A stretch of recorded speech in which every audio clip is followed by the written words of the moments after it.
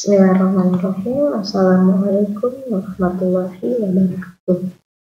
Ya, alhamdulillah sekarang kita akan masuk pada materi minggu pertama, yaitu terkait konsep dasar statistik. Ya. Adapun beberapa outline yang akan kita bahas dalam pertemuan konsep dasar statistik. Ada beberapa pokok bahasan. Yang pertama terkait pengertian statistik, kemudian ruang lingkup statistik, tujuan statistik, dan terakhir kegunaan statistik dalam bidang kesehatan, khususnya dalam teknologi laboratorium medis. Ya, baik, yang pertama kita akan bahas terkait pengertian statistik. Jadi kita lihat bahwa ternyata penggunaan statistik itu sudah lama digunakan, tapi sebelum digunakan dalam dunia kesehatan, nah ternyata di ilmu-ilmu yang lain itu digunakan statistik. Nah, salah satunya itu dalam pemungutan pajak. Nah, jadi sebelum kita mengetahui apa pengertian dari statistik ini, kita lihat dulu ya apa makna dari statistik secara bahasa. Nah, ternyata statistik ini berasal dari bahasa Italia yang artinya pejabat negara. Nah, jadi statistik berasal dari bahasa Italia, yaitu statista, nah artinya pejabat negara. Jadi bukan yang sering kita artikan semacam matematika, hitung-hitungan, tapi ternyata statista itu artinya adalah pejabat negara. Nah, dulunya penggunaan statistik ini dalam kehidupan bernegara, nah ini digunakan untuk mendata jumlah penduduk. Nah, dalam hal ini mendata penduduk terkait umur, kemudian jenis kelamin, dan pekerjaan. Nah, hal ini digunakan untuk kepentingan penarikan pajak atau wajib militer. Nah, seiring perkembangan teknologi, perkembangan ilmu, nah ternyata statistik ini dilihat banyak memiliki manfaat. Jadi bukan hanya bermanfaat pada saat mau dilakukan penarikan pajak atau pendaftaran wajib militer, tapi ternyata bisa digunakan dalam bidang ilmu yang lain, contohnya dalam bidang ilmu ekonomi, kemudian pertanian, dan bahkan ilmu-ilmu yang bukan eksakta ya. Jadi non eksak itu banyak yang menggunakan ilmu-ilmu statistik ini. Nah, secara sempit, arti dari statistik ini adalah merupakan fakta-fakta yang berbentuk angka. Nah, jadi kalau kita sering melihat, kalau dipelajari ilmu statistik itu banyak yang menganggap ini adalah hal yang sulit, apalagi kalau sudah berhubungan dengan angka-angka. Nah, jadi kalau dalam arti sempit, statistik diartikan sebagai fakta-fakta berbentuk angka yang terangkum dalam tabel-tabel atau kumpulan angka pada tabel yang menerangkan suatu fenomena. Jadi ketika kita melihat ada angka-angka yang berada dalam suatu tabel atau disajikan pada suatu tabel, artinya angka-angka itu bukan angka-angka yang tidak memiliki makna, tapi angka tersebut menunjukkan suatu peristiwa, menerangkan suatu kondisi, tapi disajikan dalam bentuk angka, dalam bentuk kuantitatif. Nah, secara luas statistik ini diartikan sebagai metode atau metode, cara, atau teknik mengumpulkan data. Nah, jadi bukan hanya mengumpulkan data, tetapi dalam metode ini kita mempelajari terkait mengolah data, kemudian setelah diolah kita menyajikan data dan selanjutnya dianalisis data dan kemudian ditariklah kesimpulan berdasarkan data yang ada. Nah, itu pengertian statistik dalam artian luas. Nah, kemudian statistik ini memiliki ruang lingkup. Nah, jadi ada secara umum statistik ini dibagi menjadi dua ya, statistik deskriptif dan statistik inferensial. Nah, untuk statistik deskriptif kita bisa melihat ya bahwa statistik deskriptif di sini itu mulai dari proses pengumpulan, kemudian pengolahan data, penyajian, dan analisis sederhana. Jadi ketika kita melakukan pengumpulan data, pengolahan data, kemudian kita sajikan dan analisisnya secara sederhana, nah itu termasuk dalam kegiatan statistik atau dalam ruang lingkup statistik deskriptif. Nah, kalau kita lihat statistik inferensial, bedanya dengan statistik diferensial, maka perbedaannya itu lebih kepada analisis ya. Jadi kalau statistik inferensial itu semua kegiatan statistik yang secara utuh, mulai dari pengumpulan, mulai dari kemudian pengolahan, penyajian, analisis data, dan akhirnya kita menarik suatu kesimpulan. Nah, kemudian kalau statistik deskriptif tujuannya yaitu kita lihat saja dari namanya, deskriptif berarti menggambarkan. Yaitu kita mendeskripsikan suatu kondisi atau suatu keadaan dari hasil pengamatan yang nyata. Jadi ketika kita mengamati sesuatu kemudian kita deskripsikan dan itu kita lakukan misalnya baik secara kuantitatif maupun kualitatif, nah itu masuk dalam ruang lingkup statistik deskriptif. Nah, kalau statistik inferensial, nah itu gunanya untuk membuat inferensi atau menggeneralisasi hasil pengukuran sampel dari unit populasi. Jadi maksudnya kita hanya mengamati sebagian fenomena atau kumpulan orang yang kemudian kita ambil kesimpulan untuk menggambarkan secara keseluruhan. Nah, itu namanya menggeneralisasi.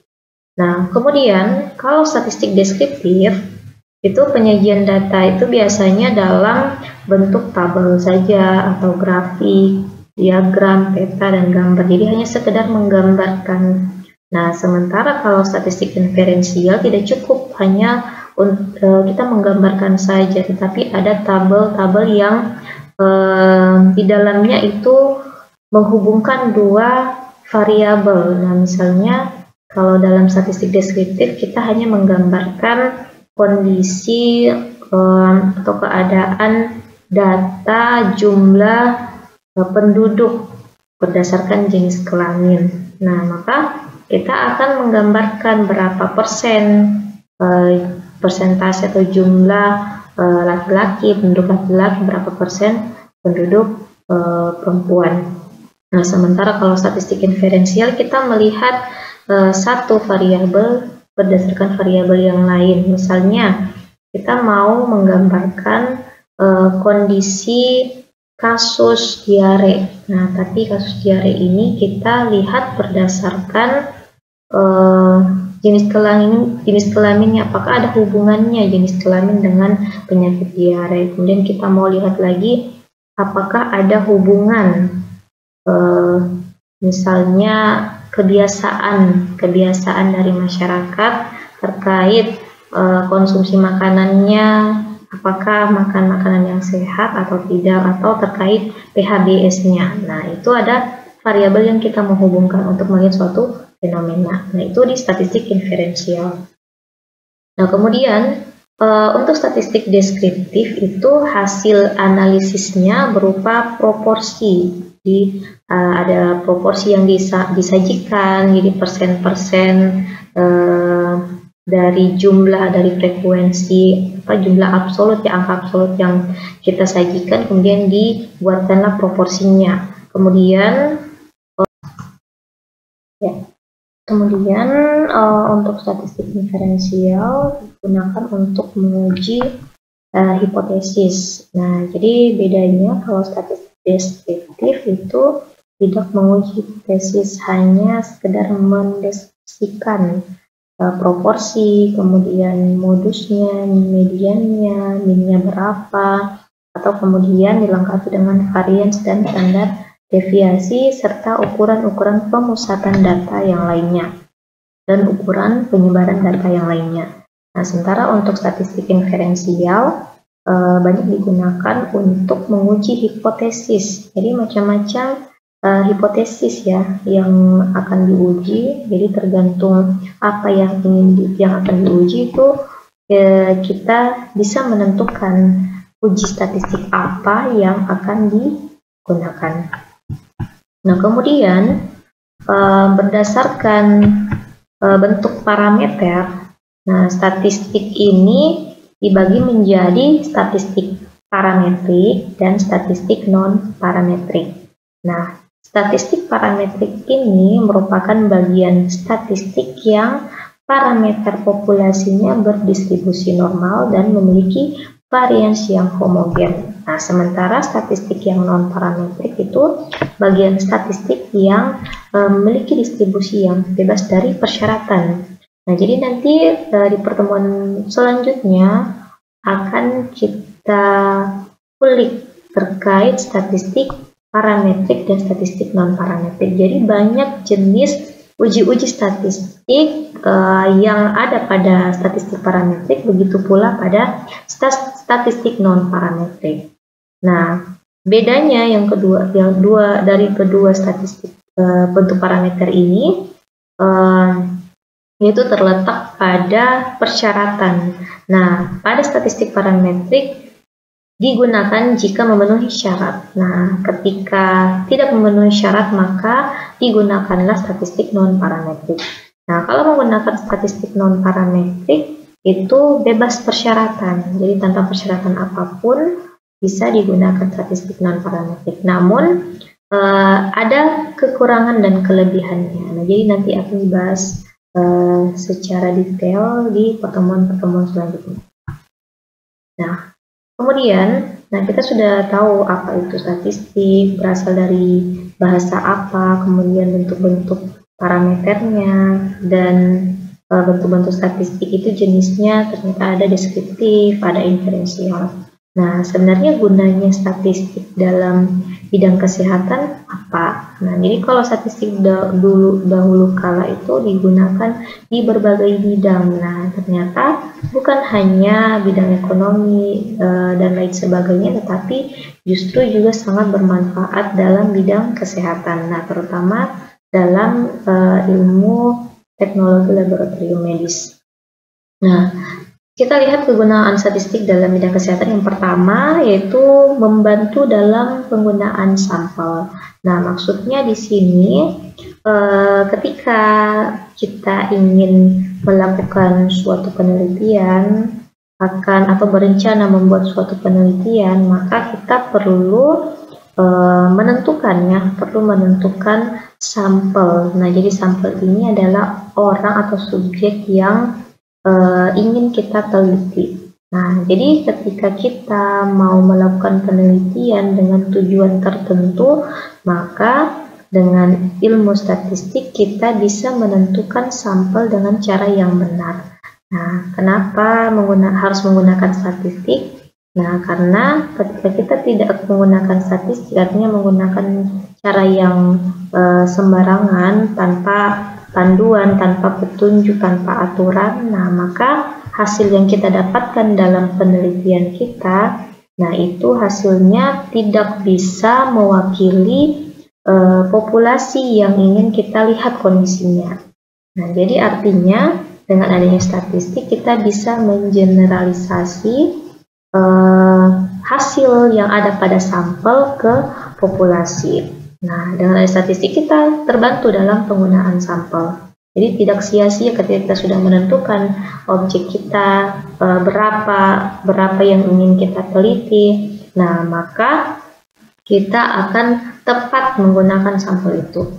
Nah, kemudian yang kedua, membantu membaca data. Jadi statistik ini sangat bermanfaat, sangat berguna dalam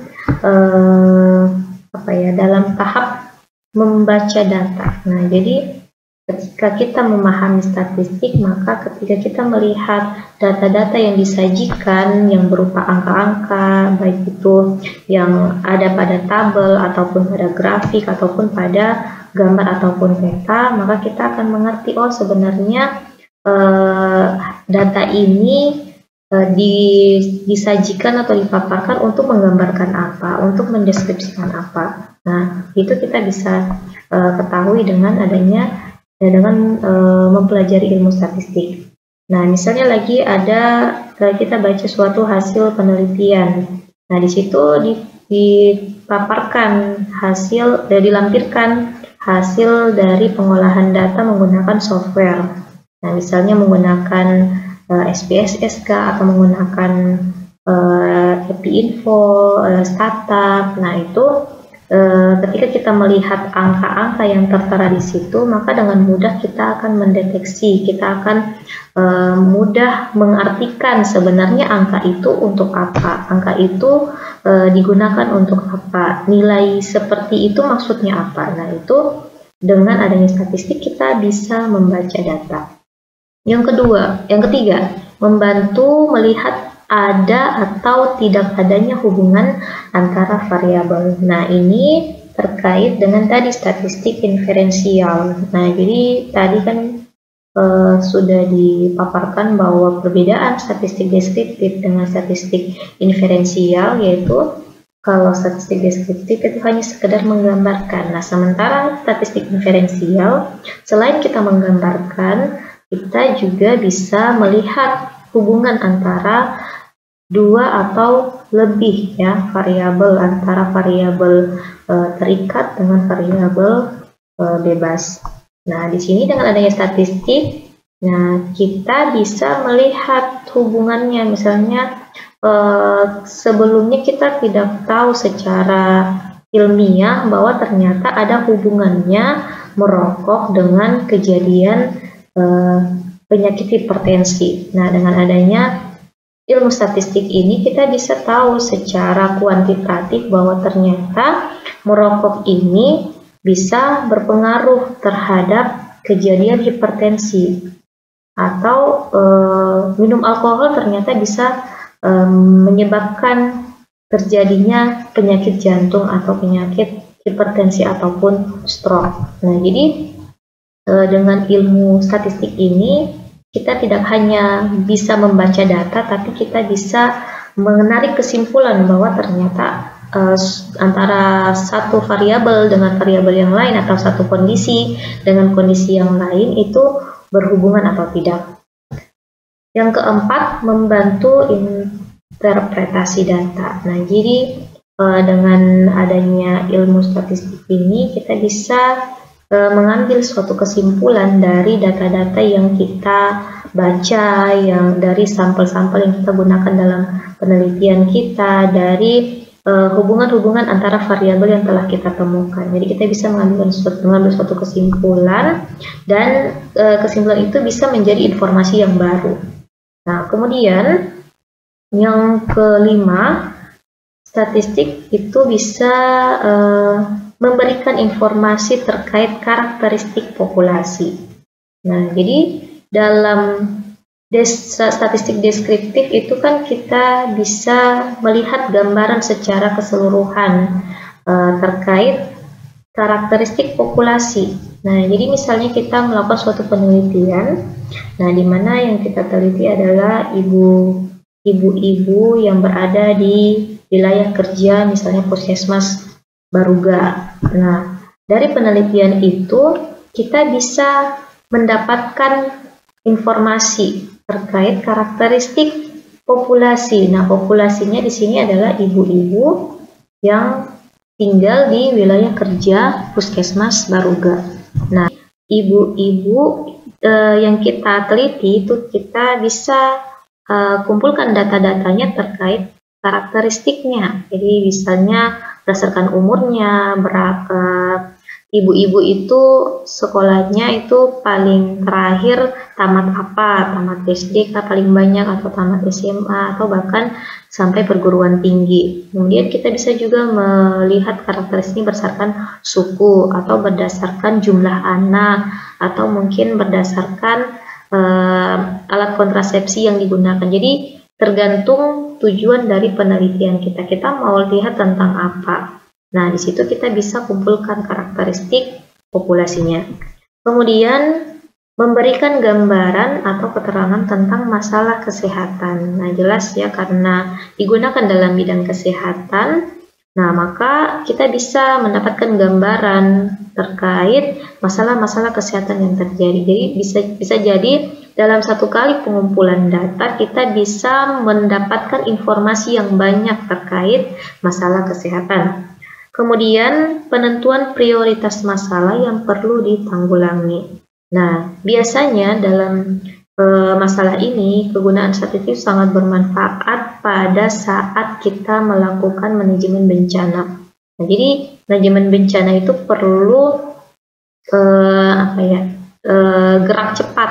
Jadi gerak cepat, tanggap baik dalam aksi maupun dalam penanggulangan. Jadi mulai dari pencegahan sampai dengan penanggulangannya itu perlu cepat. Nah, jadi biasanya digunakanlah ilmu statistik untuk melihat seberapa besar risikonya, kemudian berapa banyak yang korban yang jatuh, atau banyak yang meninggal, atau banyak yang luka-luka. Nah, di situ bisa dilakukan penanggulangan mulai dari pengobatan, evakuasi korban. Nah, dengan adanya angka-angka statistik yang dikumpulkan oleh istilahnya satuan petugas manajemen bencana.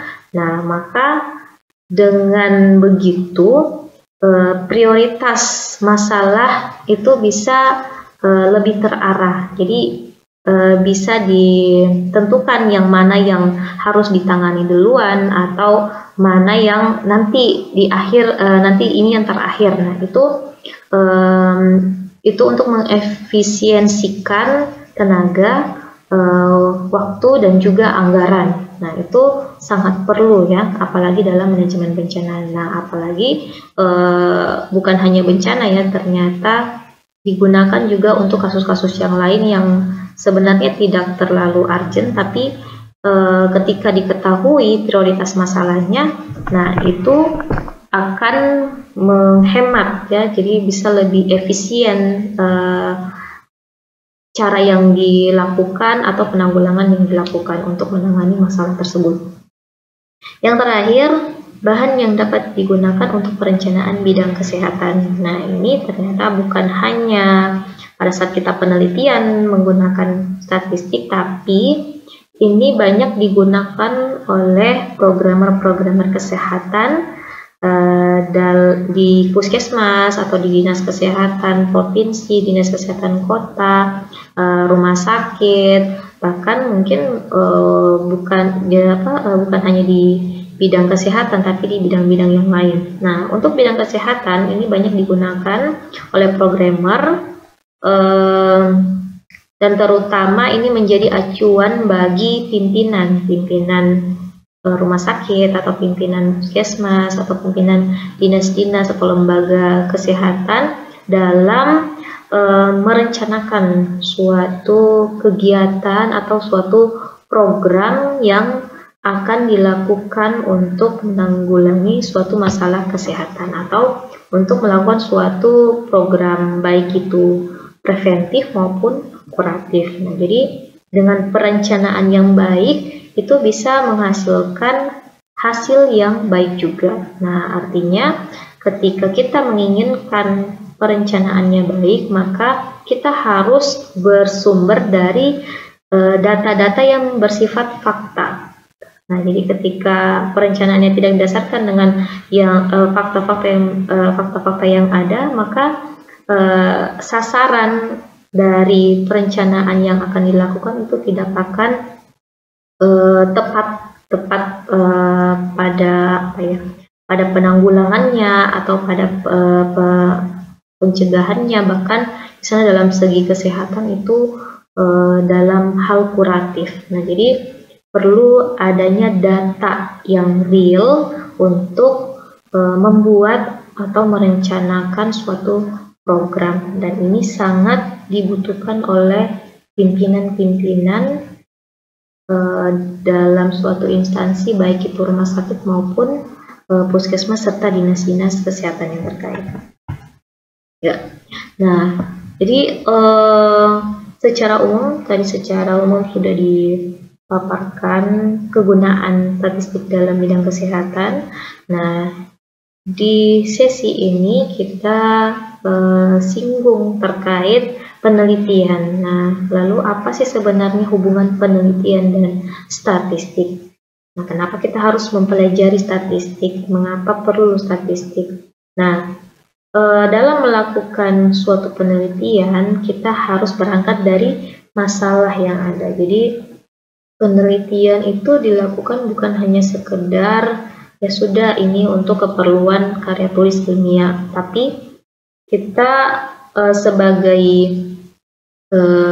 tenaga kesehatan dan sebagai mahasiswa kesehatan harus memberikan sumbangsi yang besar kepada masyarakat, nah, terutama dalam bidang kesehatan. Nah, dari penelitian yang dilakukan oleh mahasiswa yang ditulis nantinya sebagai karya tulis ilmiah, nah, harus bersumber dari masalah yang ada. Jadi harus berangkat dari masalah yang ada. Jadi kalau tidak ada masalah, untuk apa diteliti? Nah, jadi sebenarnya bisa diteliti walaupun tidak ada masalah, tapi lebih baik ketika ada masalah itulah yang diteliti. Nah, dari masalah yang kita temukan di lapangan atau di masyarakat, nah kita buatkan suatu beberapa dugaan-dugaan. Nah, inilah yang namanya hipotesis. Kita membuat dugaan-dugaan yang menurut kita itu adalah dugaan yang memang menjadi faktor terjadinya masalah yang ada di masyarakat. Nah, dalam penelitian, nah kita menggunakan namanya statistik, uji statistik untuk menguji hipotesis ini. Kita gunakan uji statistik untuk menguji hipotesis, apakah hipotesis atau dugaan yang kita buat ini bisa diterima atau ditolak. Jadi bukan berarti hipotesisnya salah atau benar, tapi apakah bisa diterima atau ditolak. Nah, untuk menguji hipotesis ini ada langkah-langkah yang harus kita tempuh hingga menghasilkan suatu kesimpulan yang bisa menjadi informasi kepada pembaca ketika membaca karya tulis ilmiah kita. Nah, yang pertama itu kita perlu menentukan sampel. Nah, jadi dari masalah yang ada kita buatkan dugaan-dugaan atau hipotesis, kemudian kita memerlukan menentukan sampel. Sebenarnya dengan hipotesis yang ada, sampel yang harus kita gunakan itu seperti apa, jumlahnya berapa, bagaimana caranya mengumpulkannya, bagaimana cara mencari sampel-sampel itu, bagaimana caranya mengukur. Nah, itu semua perlu statistik. Kemudian setelah dikumpulkan, nah bagaimana caranya menyajikan data itu? Apakah hanya dibuatkan tabel besar atau mungkin perlu dibuatkan tabel-tabel kecil? Nah, itu ada yaitu perlu ilmu statistik. Nah, kemudian setelah disajikan dalam suatu tabel, apakah perlu dianalisis secara lanjut atau hanya cukup deskriptif saja, penggambaran saja? Nah, ini terletak pada tujuan kita. Kita mau melihat apa? Hipotesis kita itu mau melihat apa yang kita duga berdasarkan masalah yang telah kita temukan. Nah, dari analisis data yang digunakan yang menggunakan uji statistik, maka nanti akan melahirkan suatu kesimpulan. Nah, kesimpulan inilah yang akan menjawab hipotesis atau dugaan-dugaan yang telah kita buat sebelumnya setelah kita menemukan masalah dalam masyarakat. Nah, dari menentukan sampel sampai menganalisa data, itu ada proses-proses tahap-tahapan yang harus kita lalui, dan disitulah kita perlukan statistik. Nah, itulah kenapa kita perlu mempelajari statistik ini. Nah, jadi dalam hal ini statistik dalam penelitian itu merupakan alat, ya. Jadi alat yang akan kita gunakan dimulai dari menentukan sampel sampai kemudian kita menganalisis data dan menginterpretasinya hingga membuat suatu kesimpulan yang menjawab masalah yang telah kita temukan. Oke, demikian materi kita untuk minggu pertama terkait konsep dasar statistik. Sebagai penutup, ada kata-kata mutiara kita yang sekarang adalah apa yang kita lakukan berulang-ulang kemarin. Sekian dan terima kasih. Wassalamualaikum warahmatullahi wabarakatuh.